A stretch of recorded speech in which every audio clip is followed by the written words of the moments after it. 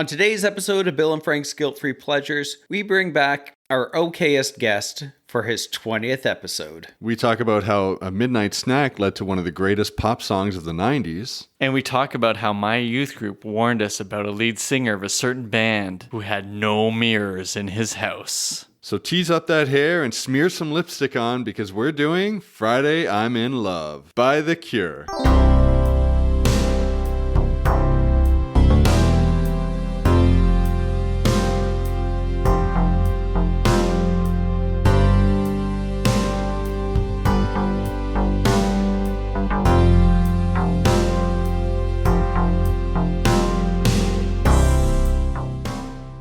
Today is a huge day for our podcast. We have returning guest Dave Kitch. He's not just returning.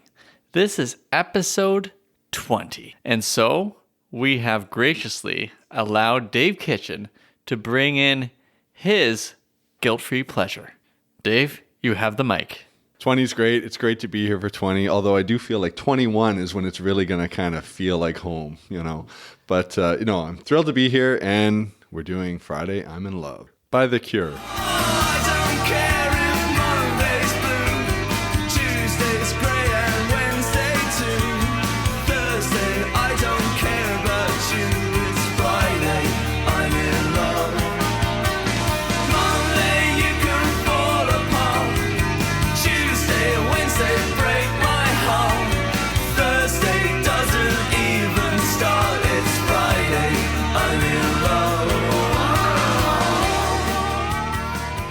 And with it being the 20th episode, we did allow you to pick your own song, but it went through a heavy vetting process with Bill and myself before we actually agreed to let this happen. So there was a pretty long break between number 19 and number 20, but that was all us just checking your references, making sure the song lined up with our expectations and ideals for the podcast.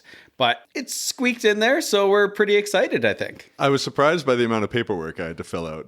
If I do recall, Frank, I think it was me sending you two possible songs, and you said, whatever Kitch wants to do. Yeah, that sounds like my vetting process. I'm an easygoing kind of a guy.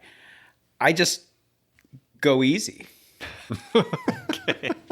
This song is kind of a big deal, at least from my memory. And I think it's important to kind of locate our place in history. Is because at our age, we were in grade 10, 11, I think, when this came out. Now, depending on our listeners, there's different eras of The Cure that they would maybe resonate with or be offended by. And so I remember when this came out, and I remember some of the other hip grade 10s at the table, and they said the following: "Oh man, nah, The Cure totally sold out. This isn't as good as Disintegration." This was a huge civil war in the Cure community, but also this song brings so many new fans to the fold. Yeah. Then they got a defensive posture about the song because there was that whole thing of, no, I liked it when, before it was cool. Yeah. And so band, if you look at their body of work, they do have a bit of a split personality. They are the brooding goth band with the dark lyrics and that stuff. But they have these pop confections, one per album in the 80s at least, feels like, from like 1983 to 1992, where every song is punctuated by a really pop song. So this one just hit even more than even Just Like Heaven. So this is the one that brought them to the mainstream, but also tore up the fan base. And this song came out around the same time as Shiny Happy People with REM, which did a similar thing with REM because that was their funny pop song. Yeah, the album came out in April. And think back to the grunge explosion, which was like September, October of 91. And this is April of 92. So you really have music going in two directions here. Grunge is killing hair bands, but then this song just doesn't fit to the people that were hardcore, and of course I'm referencing a certain generation that were in high school at this time, but for the people that were embracing the grunge movement, there was nowhere to fit this song in. No, but the grunge movement, and it's incredibly important, but I think it's not as big as what everybody believes. When people talk about alternative music in the 90s, they're always thinking grunge, which was 3 years total, maybe? There was never a grunge song that went to number one. I'm not saying it wasn't incredibly influential and it started all these fantastic, great bands, but pop music was always leading the charge. You look at the number one hit songs in 92, 93, 94. It's your Boyz II Men, your Mariah Careys, your Whitney Houstons. Those are the ones that are selling way more than anything else. Grunge was incredibly important, but because this was a pop song, I think that's why it found its legs and did as well as it really did. I also know this is huge because they played it on those easy listening stations that I was more partial to anyways. And by the time I'd started my main shoe store job 2 years later, they were still playing it, I feel, a couple times a day. And I heard it all the time. I know this wasn't their biggest hit, that was Love Song. And that went to number 2 on the Billboard. Yeah. However, I'm betting they made the most money off of this one because it plays still, I imagine, constantly. And so I don't know how they divvied up points because I noticed they're all listed as composers, which is a super kind thing for Robert Smith to do because The Cure takes on all these iterations as the years go on. But man, this song just endured. And it drove me crazy for a little bit, but it hung on long enough to no longer drive me crazy. I look back on it and I really do love this song. I don't want to say this like it's a negative thing, but it's such a palatable song. Fits in everywhere. And it's fun. Yeah. It's not asking anybody to go down any dark roads or anything like that. It's just pure fun. I have more to say when we get to the lyrics, but... All right. Yeah. This is what we're all about here. Yeah. Pure fun. We take that seriously. Oh, incredibly seriously. Okay. It is time to discuss the history of The Cure. But when you have someone who's a Cure fan at the table, it's best to just amplify their voice and take a seat back.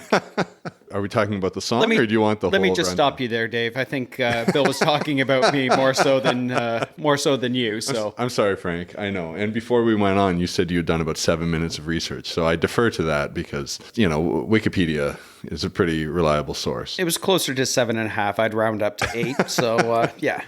They started as just kind of a house band.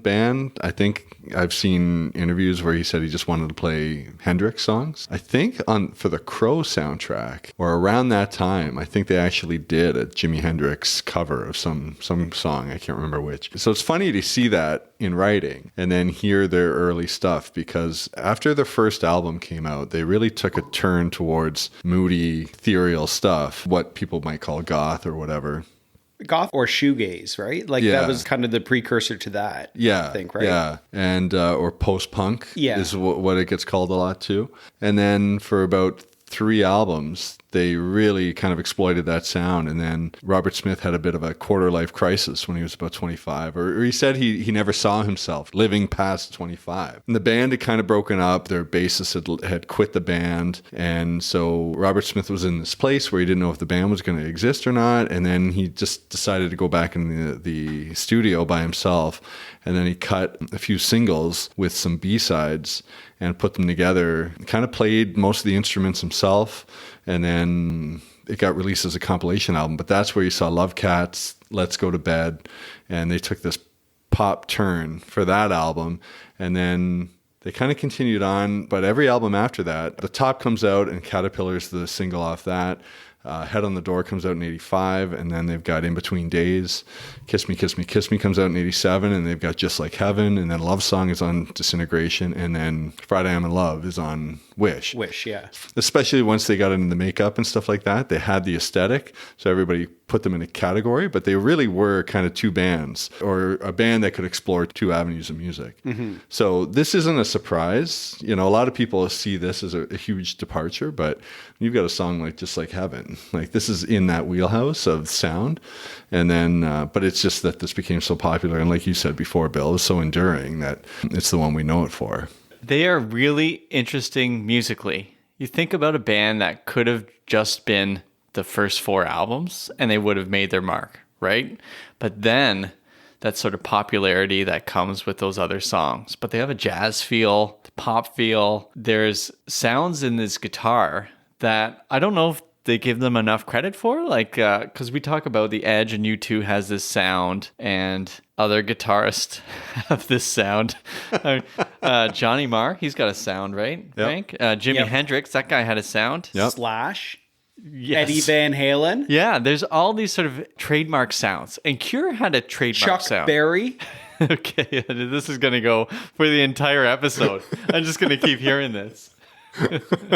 But there is something about their music and how varied it is. And I know no one wants to hear me say this, but I'm going to say it because this is truly a guilt-free pleasure for me, is the next album that was just despised by Cure fans. I really like those singles. The 13th and Mint Car. I'm like, this stuff is great. And then I feel like when I said it, somehow I was able to take the air out of every room I was in, and they just stared at me. I'm like, all right. Yeah. Guess you don't like that sort of, what was it, like a Spanish style music for the 13th? That was great. Right? Okay. I can't breathe. There's no air in this room. Okay, all right. All right. I'll do it for my own Bill's guilt-free pleasures, after dark podcast where we talk about spin-off podcast. Yeah, talk about the 13th. Okay, but this one, I think even the sort of diehard Cure fans who weren't sure about it then have come around, partially because of the next album, the ones after it, where they're like, well, wait, which was the last great album? No, you're right to talk about Robert Smith. His dexterity is amazing because he came out of Disintegration, such a kind of a darker sound, but also musically very layered. Talks about all the lush layered synths and all this stuff. So every track had, 20 layers to it.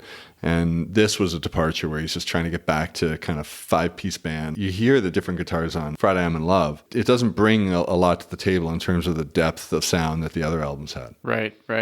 And this is a different Cure than the Cure we had 10 years earlier. Does that sound right? Yeah, well, so there was a long-term member who kind of got kicked out of the band during the recording of the album previous. And he was their drummer for the first few years and then transitioned to keyboards.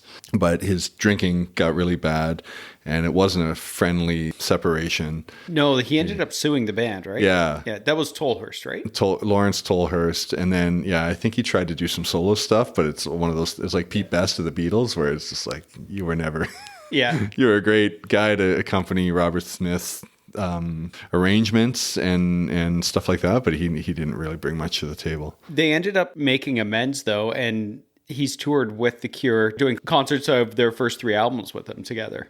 And here's the thing we talked about before we started this episode. Robert Smith seems like a really good dude. He does. So there's all these things I like about him, and I do get in trouble for this, where I'm really excited when artists have stayed together with their girlfriends who they had before they started, and they were still with them afterwards. But he met his wife when he was 14. They were dating when he was 14. They got married in 89, and he wrote Love Song for her. That was the wedding tune he wrote for her. Like, I was hoping he sang it and danced with her at the wedding, which would be very funny to me, but we're not sure about that. But they're still together. And so Friday I'm in Love has kind of a tribute to his wife somewhere in the bridge. I think we'll get to it. Yeah, that's right. So there's something about him that's very loyal and likable, I think, in these other sorts of ways. You hear him in interviews and he's really friendly, unless someone's driving him crazy, which happened at the Rock and Roll Hall of Fame. We talked about that. He also kind of is taking on Ticketmaster in ways no other artist is right now and proving that you can do it. You just have to be less greedy. Yeah, and he's said that. He says, we've made enough money. But he is also one of those people that plays for the fans. Their concerts are 3 hours long. They go on forever. But I think it's one of those things, too, where, because I had this when I first got into The Cure, where the look of the guy is a bit arresting, and we're so used to it now, but when you're young and you see a guy like that, he just seems so odd. So you project oddities and you expect him to be an eccentric personality or something like that, and then he's just a dude. Yeah. And he's a really good dude. Yeah. One other thing to mention, I last time at the Barry White episode, I brought in a CD that Frank had bought for me. What I should have done is brought one of the first gifts you gave me. So you made some mix CDs for me when we first started working together in 2006. You made me a Price is Right CD of Price is Right songs. Yep. And then the other one was the entire discography of The Cure. Oh. Yeah, and you gave it to me as like their MP3 all in one disc. Oh, nice. And I remember looking at it, and it was just like staring at a mountain. And I'm like, I don't even know how to start this. So I was like, maybe I'll start from the beginning. And I just couldn't find an entry point. Yeah. And I feel like this is the entry point for a lot of people, this song. Yes. For our listeners. For my parents who are listening today, we're going to get them into the full Cure. We're not ready to go to some of those early albums yet, but I feel like starting with this song is a great place to begin. So The Cure has this particular atmosphere about them. And they started in 76, and the names that they went through are the most Cure names ever. When they started, they called their band The Obelisk. And then they changed their name to Malice. And then Easy Cure before The Cure.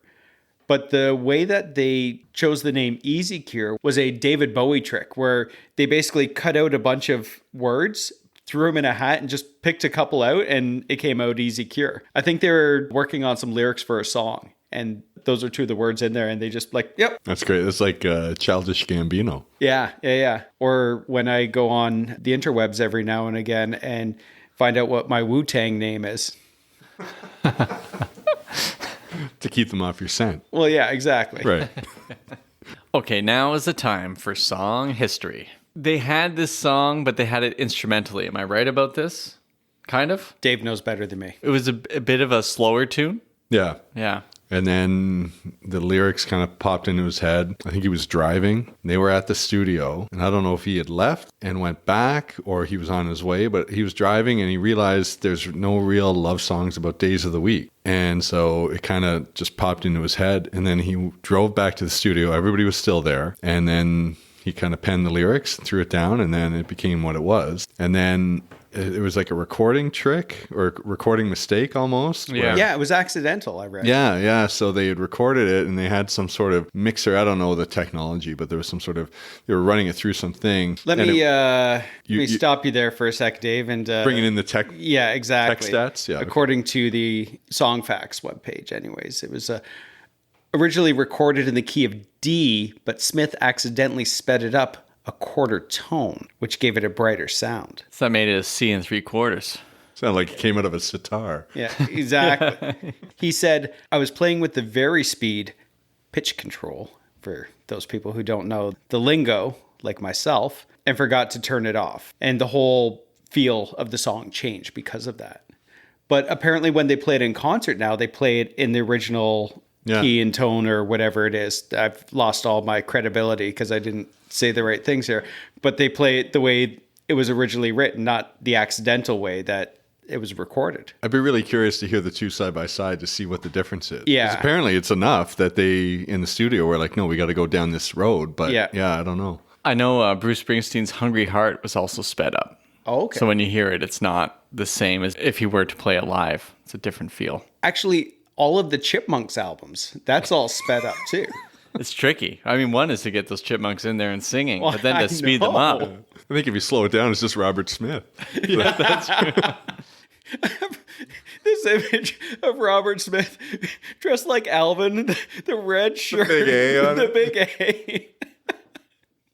He did talk about how Friday was this sort of feeling you get, right? He talked about seeing people at the pub or something like that, and that the Friday is this sort of big deal, right? And that you have so much joy going into Friday, potential for the weekend, all that sort of thing. Yeah. Basically, Loverboy kind of did this earlier. I was going to say, this is a very working for the weekend song. Yeah. So I know when he was worried, he thought he might have copied this. No one said, maybe you should call it Loverboy. Yeah. Some Cure fans felt that this was a betrayal, this song, because of the way it broke from their musical tradition or whatever.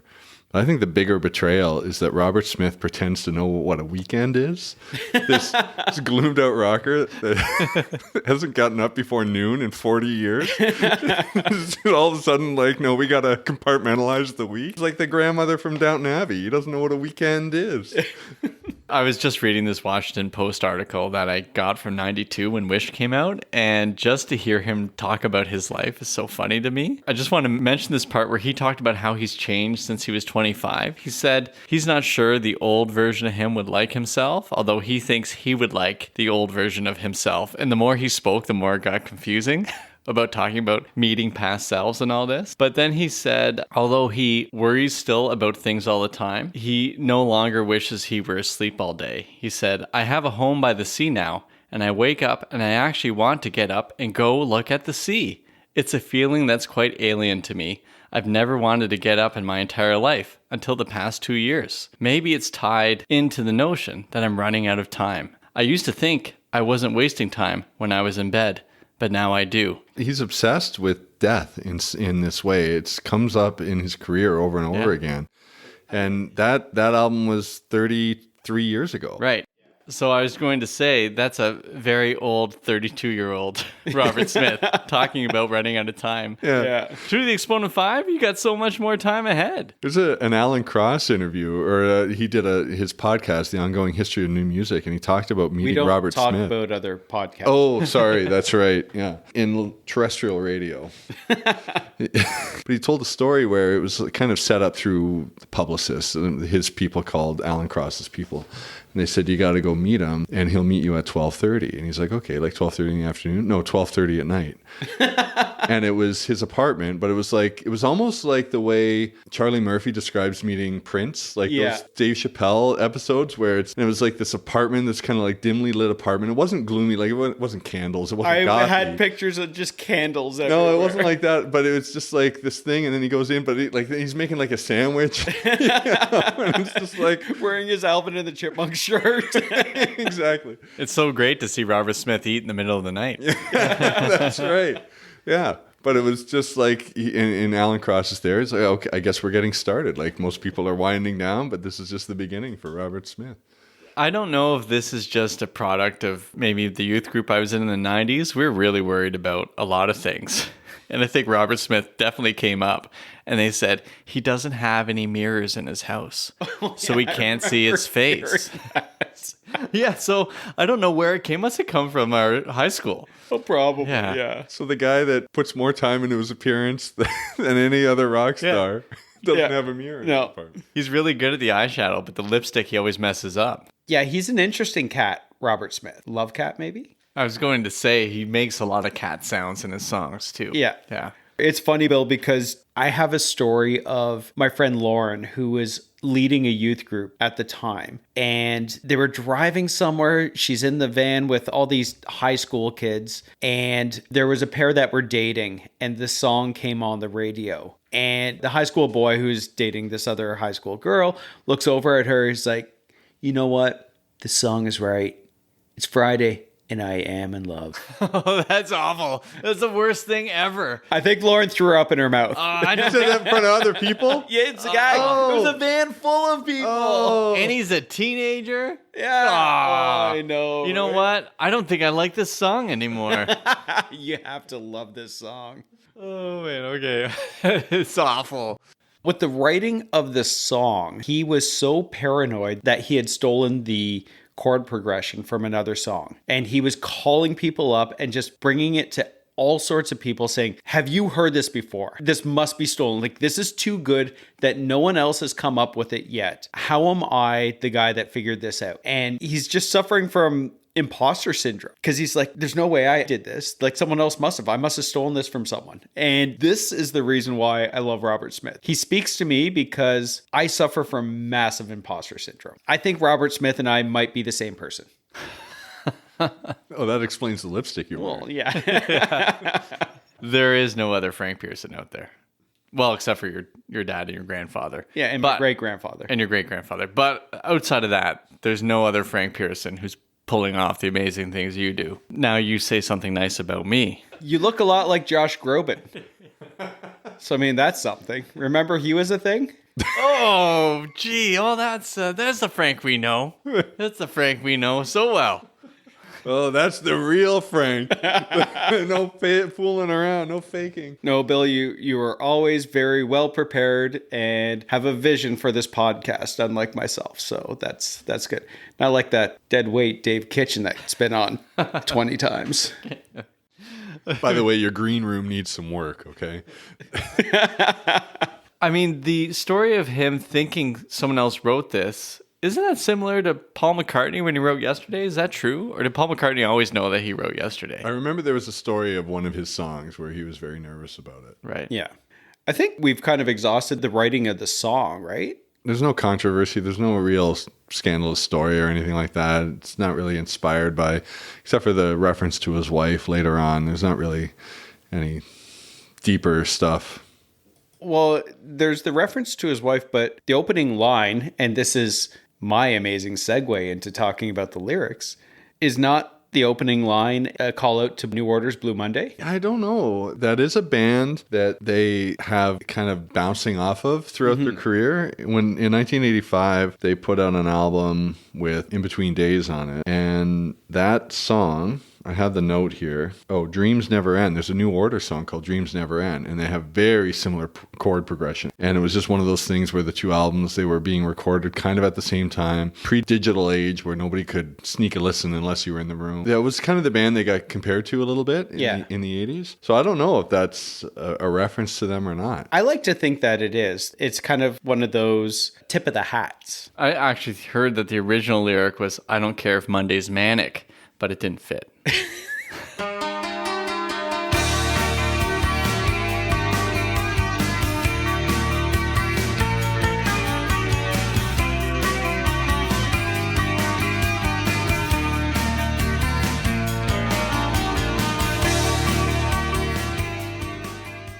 That opening 30 seconds, straight jangle pop. It is so awesome. And I think that it helped to form my love of that genre as well.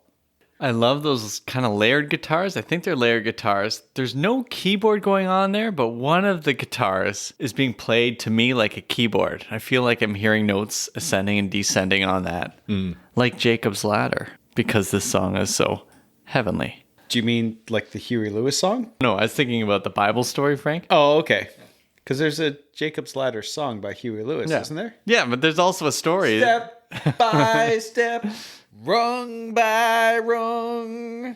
That's the song, right? Yeah, sure. How did we try to get back on track only to have you singing a Huey Lewis song? Oh my goodness. Okay. There are keyboards on the track, though. Really? By Perry Bamonte. Well, maybe it is a keyboard then. Who's also playing a 6-string bass. Which is... Two more strings. That's very odd. No, that's an even number 6. Well, that is a difficult one to respond to. I think we should just go to verse 1. I think we have talked as much as we possibly can or can't about this. All right. I don't care if Monday's blue, Tuesday's gray, and Wednesday too. Thursday, I don't care about you. It's Friday, I'm in love. Monday, you can fall apart. Tuesday, Wednesday, break my heart. Thursday doesn't even start. It's Friday, I'm in love. I don't care if Monday's blue, Tuesday's grey and Wednesday too. Thursday, I don't care about you. It's Friday, I'm in love. Monday, you can fall apart. Tuesday, Wednesday, break my heart. Oh, Thursday doesn't even start. It's Friday, I'm in love. I like that there's colors in the first part of verse 1. I thought it wasn't, but it is. There are 4 stanzas for how he breaks down the week. And each stanza puts a different spin on each day of the week, which means that there's a calendar month of the way you love and how it never works out except for Friday. So if you plotted this out on a calendar, there would be lyrics for every day for 4 straight weeks. Yeah. Which is pretty neat. That's pretty cool, yeah. I also like how it sticks to the weekdays for the so-called verses and saves the chorus for the weekend. Yeah, I like that too, yeah. So they are lyrics that you can't really dive into. And I think he challenges us to it, like as he's just playfully throwing words around. Does that sound right, Frank? It looks like you're ready to... I'm just a little bit confused about the Thursday, I don't care about you. Yeah. That one throws me a little bit off. Because Thursday is really Friday. Thursday's that Friday day where Junior. it's like Friday Junior. It's practically the weekend at that point. And then so maybe I don't have to worry about Thursday because you're in the home stretch at that point. Yeah, but I don't like the I don't care about you necessarily.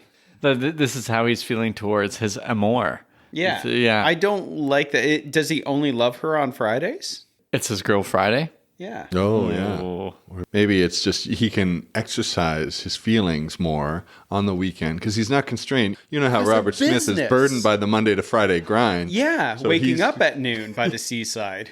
So he's constrained by all these real life things. And then Friday comes and then you can throw your hands in the air and not worry about it. Wave him around like you just don't care. That's right. That's right. Well, all right. That was great analysis there. I love when they say it's Friday, I'm in love. You have both Robert Smith and then high backing vocal Robert Smith. Yes, for the I'm in love part. Yes. Every time. Yeah. And I love it. I also love the idea that he's in studio and doing that. And that's all you hear is him just, I'm in love. Yeah, yeah. And then yeah. somewhere there is a tape of him just doing the high parts without anything else. Yeah. Yeah, the isolated track. Yes. Of I'm in love. Yeah. Yeah. It's like the Michael McDonald for Steely Dan's Peg. Somewhere out there is him screaming Peg in a really high voice. It's so quick paced. Does that sound right? It just moves. Yeah. And it's not a long song. It's 3 minutes and 38 seconds. Oh, wow. Because they pack a lot into this. Yeah. It has such a quick pace about it. Even the instrumental break is not long. They just jam everything into it. The instrumental break is awesome. The bridge is amazing. We'll get to that. All right. Yeah. All right, let's get to chorus here, Frank. Get to the chorus, Yeah, yes. yeah. Saturday, wait. And Sunday always comes too late. But Friday, never hesitate. Saturday, wait. Sunday always comes too late. But Friday never hesitate. I've got some problems with that lyric. Okay. Sunday always comes too early. It's Sunday Yeah. before you know it. Okay, yes. In terms of weekend, yes. This is a line that I do like because Sunday always comes too late because he can't wait to be with his girl or love with his girl. Because if he's waiting till Sunday, that's just too late. He can't wait that long. That's why Friday he's in love. Oh, okay. Yeah, This that is makes my sense. interpretation. You're right. That makes sense. I would also like to bring us back to the Robert Smith vision of what the week is. He's trying to write about a basic bloke, to use his language, I believe. But he has no idea what a Saturday or Sunday is. No, he does. He's got no mirrors in his house, first of all, right? So, But he That's right. must have calendars. but it's like the idea is like Saturday, Robert, that's a great day. I gotta go play at the pub, right? Or Sunday, right? Maybe he's waking up late on a Sunday because he played so late on the Saturday. Waking up at like 4 in the afternoon. so we can look out at the sea. That's Yes. right, yeah. But it is a strange line. Saturday, wait. Like, what are we waiting for? Or is it just that he needs things to rhyme? I think he needs some things to rhyme here. Which is true pop Totally. prowess. That is one of the things that for him to think of this conceit of we need a song for a day of the week, we need a love song for a day of the week, is so superficial in a great way. Yeah. Like, I don't know, I don't listen to a ton of pop, but when you think of how stupid pop lyrics were in the 80s and then the early 90s, like this is right in line with that Yeah. stuff. Just wait till we get through the top 10 when it comes to amazing lyrics from the 90s. Okay. Okay, I good. can't wait. Sing along time with Bill and Frank, I hope. It might be.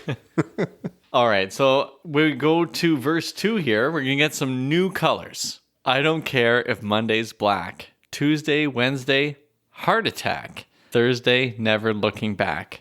It's Friday. I'm in love. I don't care if Monday's black. Tuesday, Wednesday, heart attack. Thursday, never looking back. It's Friday, I'm in love. I love that the heart attack is for the rhyme. Because what are we, dropping dead? I mean, is that what he thinks people at work do?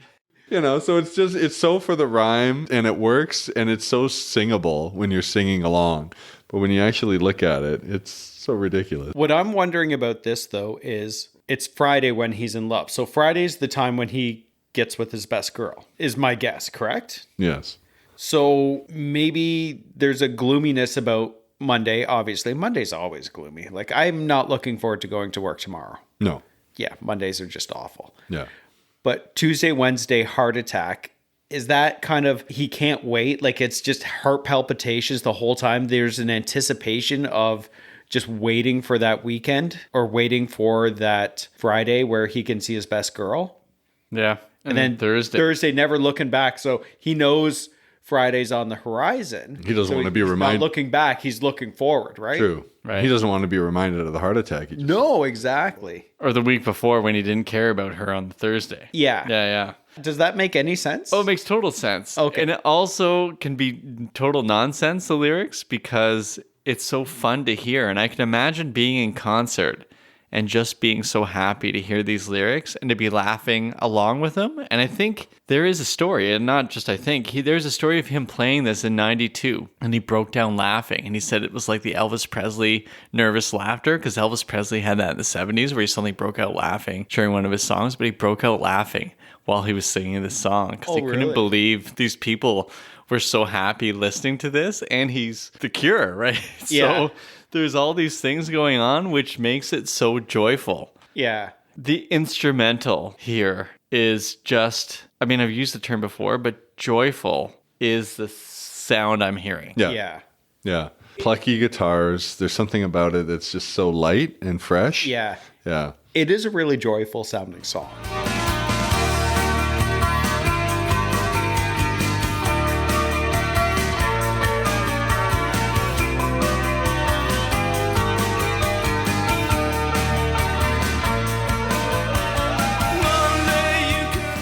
It's moving upwards, Yeah. right? Like the roller coaster going up, right?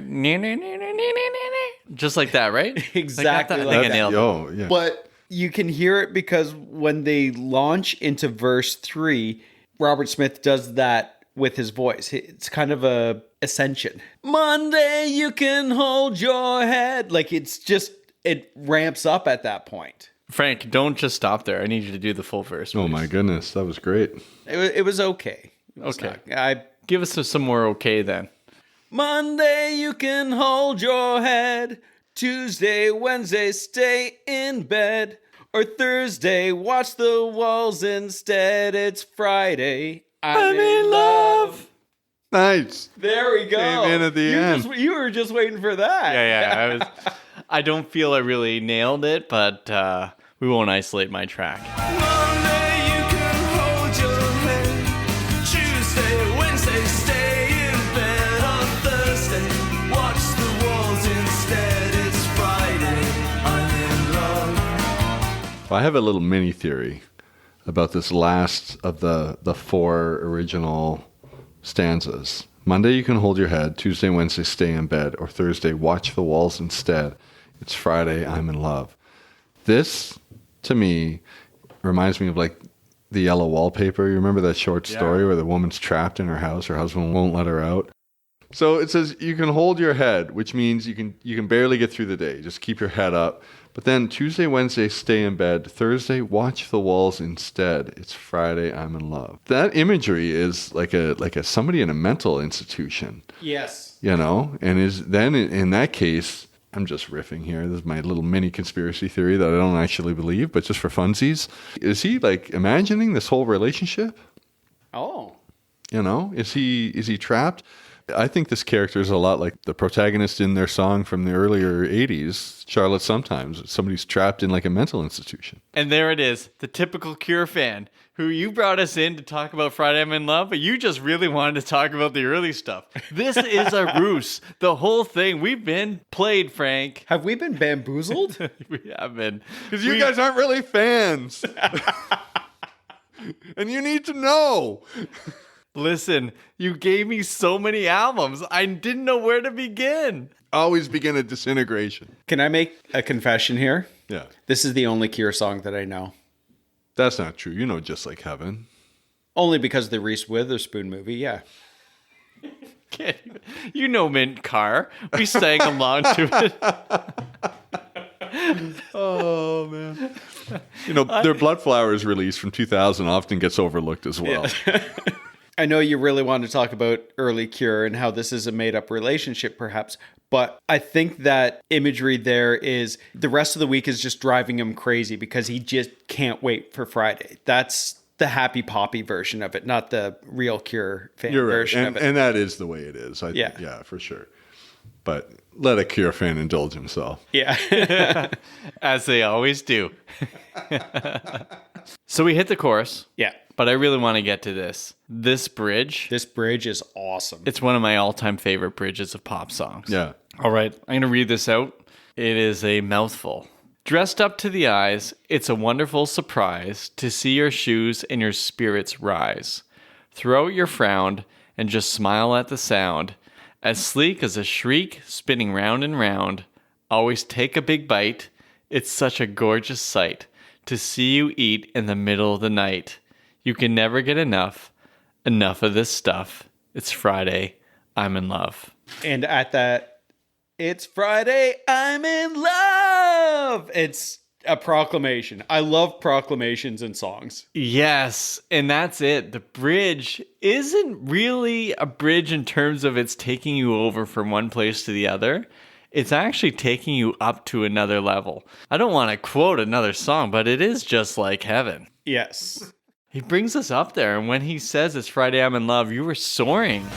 Dressed up to the eyes, it's a wonderful surprise to see your shoes and your spirits rise. Throw out your crown and just smile at the sound.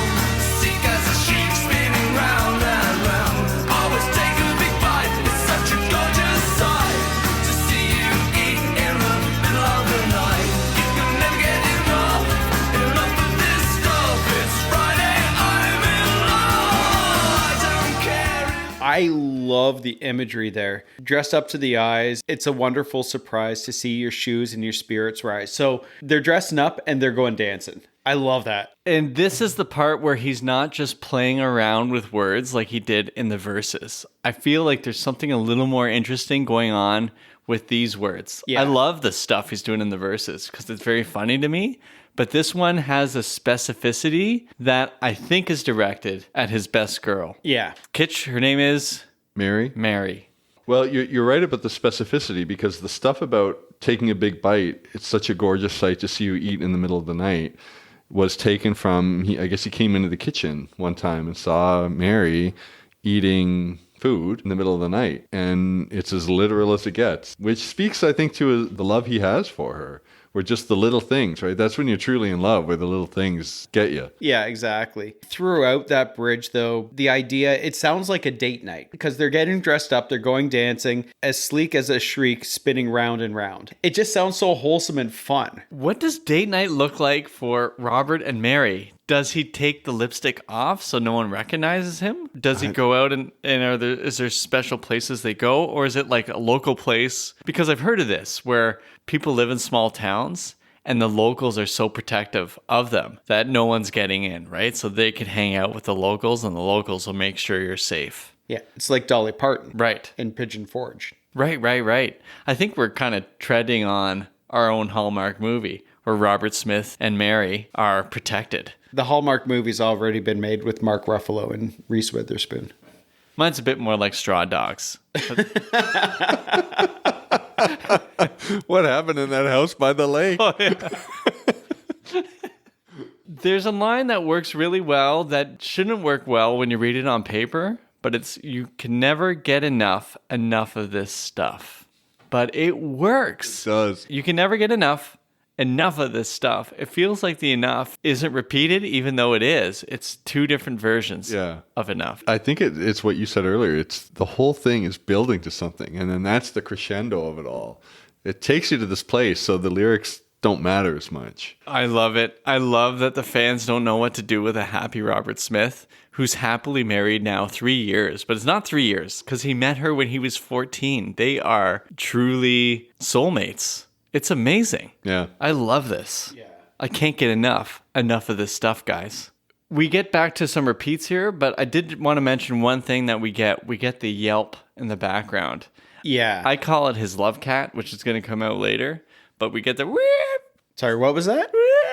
Okay. I think that was the part that a lot of people had trouble with. That if there was a way in to attack this song, aside from its pure poppiness, that people were seeing as selling out or whatever, I think that's the weakest part of the song.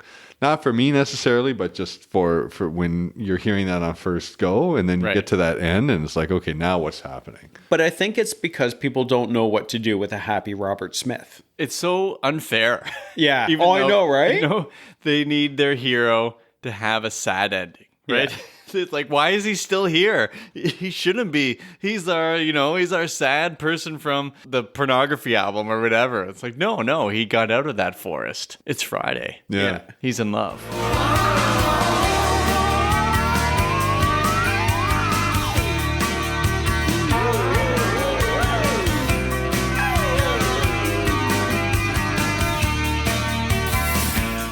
And so we get the repeat with verse 1, right? It comes right back to it. But then that outro Yeah. from the Yelp just before the repeat. But now we get the full-on Love Cat Robert Smith, which I love. Because I can't tell if it's him or they're actually doing something on the synthesizer. It's him, though. Yeah.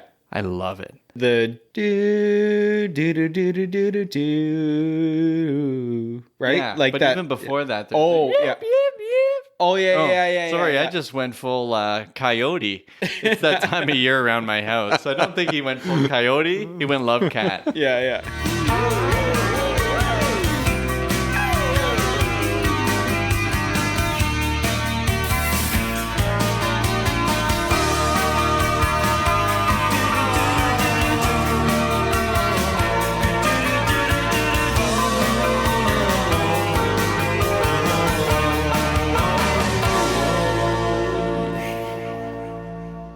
I love that ending. The outro was so happy. It's such a happy poppy song. I Yeah. love this song. The outro is, are we going to talk about favorite parts of the song? Yeah, let's do it. Okay, because that's mine. Okay. The way it builds with that last little guitar riff and then just like, and then it just ends. Yeah. all at once like that. It's so good. Oh, it's so good. So it's the outro that brings you the most joy. That's right. Frank, what brings you the most joy in this song? The bridge. The bridge. 100% the bridge. Yeah, that's good. I'm going to choose that either ascending or descending git keys, as I call them. So it sounds like keys to me, but I'm pretty sure it's guitar. But I love the Cure guitar. And I feel in this is the happy Cure guitar, which we rarely see unless you get to listen to Mint Car, everybody. Yeah. But I love it. I love it so much. I didn't realize I did because I knew it was Kitch's 20th. We wanted to make sure we honored it. And I knew the Cure was going to be it, right? But I was like, that sounds good. This is a good enough song. And I was listening to it, and I couldn't believe how great it was. But what made it the greatest for me was the music video. Oh, I didn't expect this either because I read about the music video. I'm like, oh, yeah. And they did it in 2 hours. 2 hours. Seriously. Yeah. And so Tim Pope, who directed it, famously tortured them in every other video they did.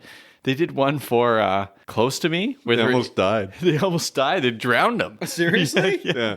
They're in a wardrobe. Oh. And the whole premise is it falls off a cliff and it ends up in the ocean. Yeah. So they're obviously, I think they're in the studio when the water's coming in there. Yeah. But it's like, it's all the heavy, wet clothes on them and stuff like that. And they were fighting with all that. Jeez. It's so good. Yeah. And then they made 2 versions of that video. And the next version had an octopus guy playing a horn. It was ridiculous. Yeah. But Robert Smith said he hated them, but I think he hated them because Tim Pope specifically wanted them to be tortured. And he said that in less words. Yeah. But in this video, you see Tim Pope at the beginning actually on the megaphone saying, okay, we're going to do this. But it was 2 hours and it was just them Just trying goofing around, right? Yeah. Well, it's a spoof on the old French, like silent films. Yeah. Right. You know, the ones where like the rocket goes into the moon's eye and stuff like Yeah. that. And so. which showed up again with, was it Tonight? Oh, yeah. by Yeah, that's right. Smashing Pumpkins, right? That's right, yeah. Yeah, because it's an homage to the old silent films because there's a Laurel and Hardy character in there, just in the background a little bit, but it's just them goofing around and having fun. It's awesome. And the backdrop keeps dropping. Yeah, To new yeah. ones. But Robert Smith is purely enjoying himself. I love seeing his joy. Yeah. And then seeing the other members of The Cure. There's the one guy who actually has the Robert Smith hair. Yeah. And I'm looking at Robert Smith like, well, that hair is actually trimmed down. And he is having a great time. Yeah. And he keeps raising his hands in the air and things seem to be falling down. And I couldn't keep my eyes off of all parts of the video. It really was one of the great videos of the 90s, and I didn't realize it till today. Didn't the video win some awards on MTV or something I'm like pretty that? sure it did. I was reading a bit about it. I didn't know where it won the awards, but they were well deserved. Yeah. There's still a time, and it's like 92, where music videos still mattered. Yes. Yeah. Oh, very much so. Yes. But this is coming out just on the heels of November Rain and the other really ridiculous videos. Yeah, those super over the top ones. But this made fun of those videos. They did it quickly, and it worked so well. And it actually gave you a sense of the song. Like by the end, he's got some giant ball that falls on him or something. He's walking around. There's a pints of beer that are moving around. Yeah, and yeah. People are grabbing them. And it just has this feel of a band I want to be around. And it doesn't feel like the guy who was singing in those caves in Love Song. Yeah. Yeah. We're getting eaten by the spider later on in that album. One of the most terrifying videos. Oh my goodness. Category time. All right. Well, let's start with one that we already talked about before we started, but how are we feeling about Natalie Imbruglia's version of Friday I'm in Love? I read she was really hesitant about recording it, and she did a very different version of it because it's more Bluegrassy? bluegrassy. Yeah, kind of hoedowny. I kind of really like it. I really like it once it gets to the chorus. Yeah. I wasn't so sure until the chorus came in, and I said to myself out loud, oh yeah, this is good. Even the opening verse. Okay, she's a little country melancholy, but then when they hit the chorus and just pops it up emotionally and it becomes fun. Like you have that driving drum beat and everything. It's a lot of fun. Kitch, how are you feeling about it? Do you feel torn? No. I actually haven't heard the song. I haven't heard the cover. Tuesday, Wednesday, break my heart. Thursday doesn't even start. It's Friday, I'm in love. Saturday, wait. Sunday always comes too late. But Friday never hesitate. I don't care if Monday. Well, that was pretty fun. What do you think, Kitch, now that you've heard it? Yeah, I can see why she chose the bluegrass style because the picky guitar of the original would land right into that. But yeah, when that chorus comes in and then the Mumford & Sons boom of the rest of the band coming in on the second line, that's fantastic. I love the clapping that comes along with it too. That you get the banjo and all that, but the clapping just really drives it along. It's Right. awesome. Now, I'm not sure if I can pull this off, category time here. I don't think I've done karaoke since I've been in my mid-20s. Yeah, that sounds about right. Yeah, I've already established that I don't think I can sing any song in karaoke, but Kitch, would you sing this at karaoke? My hesitation isn't this song, it's the notion of karaoke itself. But if I did karaoke, I would definitely sing this song. Yeah, I think because of the crowd involvement that comes along with it, Yeah. I think you can get the rest of everybody singing with you. The bar would sing along Yeah, for yeah. this. Right. That's You the need allure that. of it. Yeah, you need that. I feel that we might lack confidence singing in front of other people. Like, I have no problem singing in front of you guys, but when it's other people, it's just, different story. Like all the other people listening to this right now. Yeah, but I'm not seeing the look of disappointment in their eyes. I'm only seeing the look of disappointment in your eyes. Well, that took a dark turn. All right.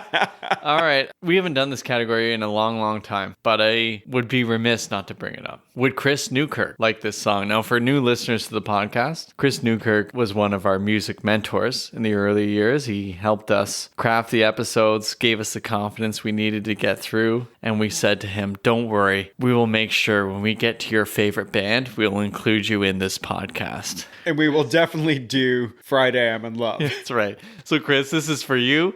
I know you weren't able to send an audio message. I sent him a text message today asking him to send a 1 to 2 minute summary of how he feels about it. And he said, I can't tell you how much I love The Cure in 2 minutes. So, would Chris Newkirk love the song? I'm just going to answer it. Our friend Chris Newkirk loves this song. Okay, I was going to say, I think that he does, because he has a very big pop sensibility as well. Yeah, and The Cure is special to him. Yeah. And so I don't know, Kitch, if you could talk about this as a Cure fan, a big Cure fan. We were kind of Cure adjacent.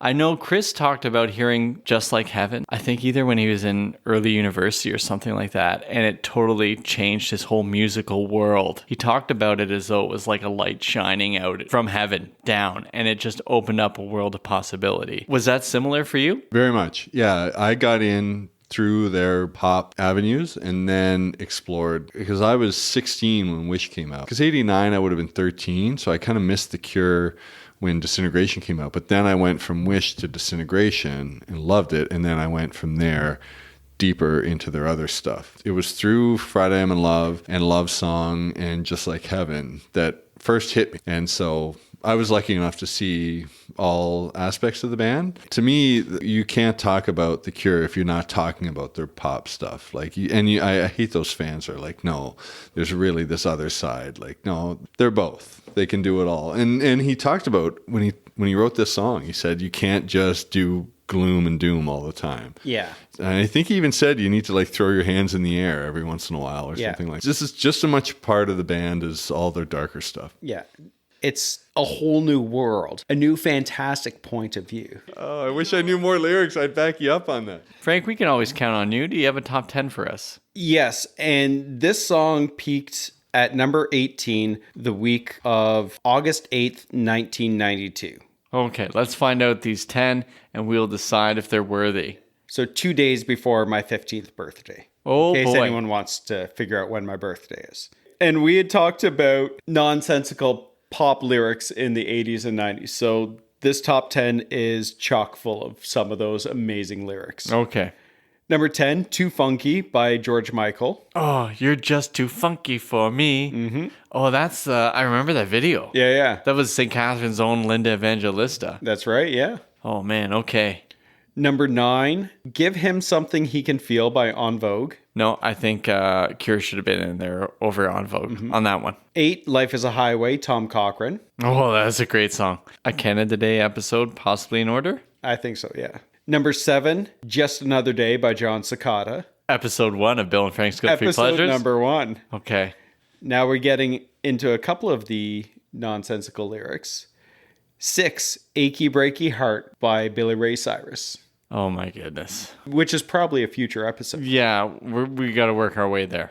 And I feel like the country western equivalent of Friday I'm in Love. Oh, could be, In yeah. terms of its silliness Yeah. and yeah. Number 5, November Rain by Guns N' Roses. The opposite end of the spectrum. Yeah. Friday I'm in Love is actually the cure to this garbage. It's like, and we did a November Rain episode. Yes, we but did. we'll never do another Guns N' Roses song. I don't think so, no. No, we couldn't do this to ourselves. I'd do another Cure song. Man, I can't believe that song was there at the same time. Okay. Yeah. Number 4, about to start a massive rain on number 1, End of the Road by Boys to Men. Oh, man, they're going to keep everything else for number 1. Number 3, Baby Baby Baby by TLC. Baby, baby, baby, baby. Is that how it went? Sure. Okay. Number 2, again, some amazing lyrics with Baby Got Back by Sir Mix-a-Lot, a former number 1. Wow. Yeah, well, that's incredible that it was so highly ranked. I know, right? And number 1 was Madonna's This Used to Be My Playground. Oh, one of the weaker Madonna songs.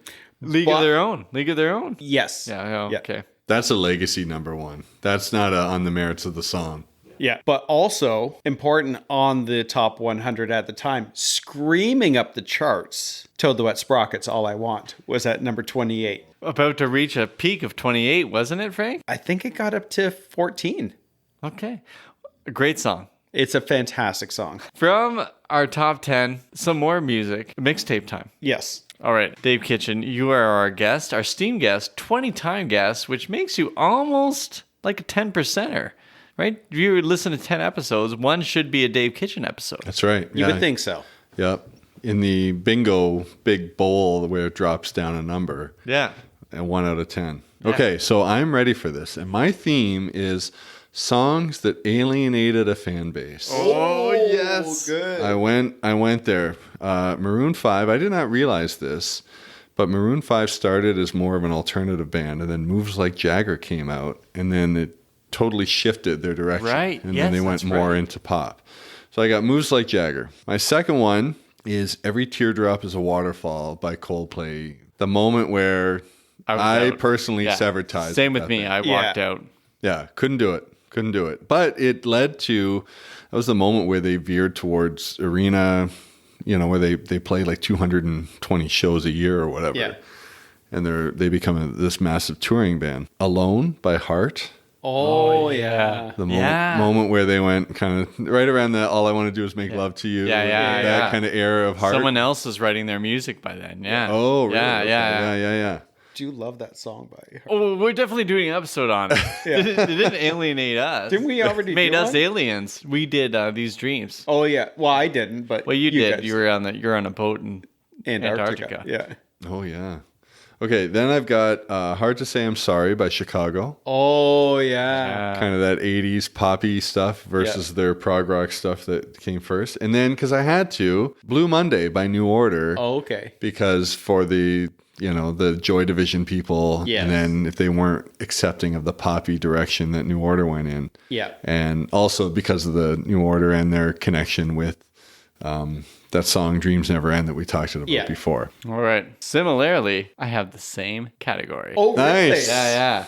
So mine are songs that would divide the fan base or would be so outside the realm of what you'd expect from them. So I start with Shiny Happy People, REM. Nice. Which I think REM kind of hated, but I didn't hate it. I thought it love was that great. song. Then I went with U2, The Sweetest Thing, which is like, oh wait, isn't this a band? Aren't they supposed to be talking about something important? Like, no, he's talking about love. Owner of a Lonely Heart. Yes. Oh, yeah. How Soon Is Now, The Smiths. Apparently Morrissey still hates that song. Really? Yeah, and I still kind of hate Morrissey. Well, I think Morrissey hates Morrissey. Emotional Rescue, The Rolling Stones. Oh, fantastic. So I wanted songs where you're like, who's that? That's not the Rolling Stones. Oh yes, it is. Yeah. Disco era Rolling Stones. Yeah. And I'm still going, folks. Kenny Rogers and the First Edition. That song, I think is a much longer title, but it's The Condition My Condition Is In. Oh, yeah. From The Big Lebowski. Yeah. I know it was before that. And finally, my little bonus one, because I wanted to pick people who hate their own songs. Van Morrison, Brown Eyed Girl. Oh, yeah. So if you're a Van Morrison fan, they'd be like, no, Brown Eyed Girl. No, that's not what they're about. That's a fantastic list. Yeah, that's thank great. So you're not going to believe this, but my topic is songs that divided fan bases. Wow. Oh, nice. We're all on the same wavelength. No, not at all. Not a single one of us. I'm looking forward to your Friday song list.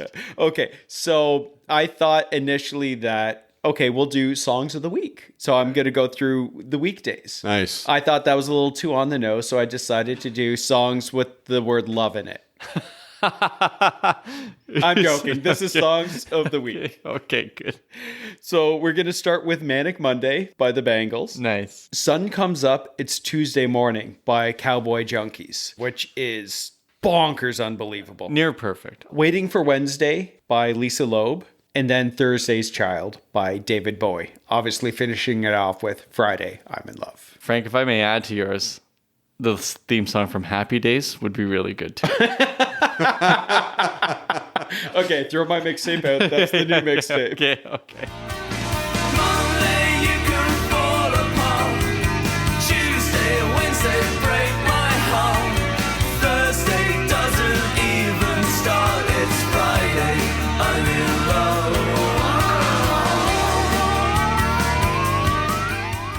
We want to thank you for joining us for Dave Kitchen's 20th episode and our episode on The Cure's It's Friday, I'm in Love. And I must say, I wasn't sure if we'd ever do a Cure song, but I'm really glad we did. Me too. And thanks for having me on, and thanks for letting me pick my song. Well, Kitch, you're very welcome. But now that you've gotten this one time, we'll go back to giving you the songs that we're going to allow you to jump on the podcast for.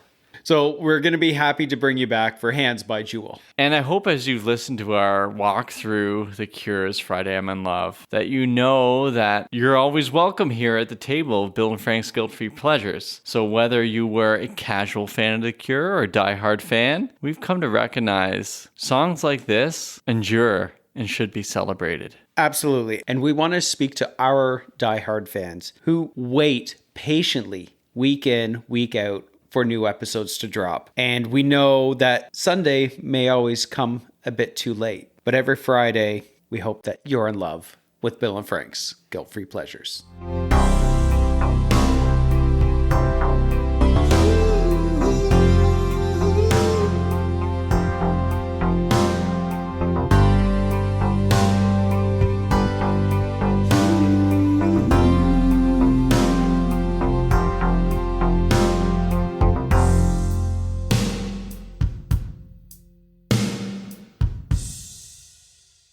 It's a whole new world, a new fantastic point of view. I wish I knew more lyrics. I'd back you up on that. A whole new world. A whole new world. A new fantastic point of view. I'm like a shooting star. I've come so far. I can't go back to where I used. A whole new world. You've watched a lot of Aladdin, haven't you? No, just a lot of people, Bryson. Oh, gotcha. You saw that. You don't even me give it to the winding up movie. For that for like the last. It's like, shut up, Kitch. I need to sing my Aladdin. I saw like the runway of a airplane, like an airplane going, but like the Wright brothers running, and Frank Lee go up and down, and as he's trying to say it, the thing's going up and down. It kind of crashed and got back up in the air. Isn't that Michelangelo one where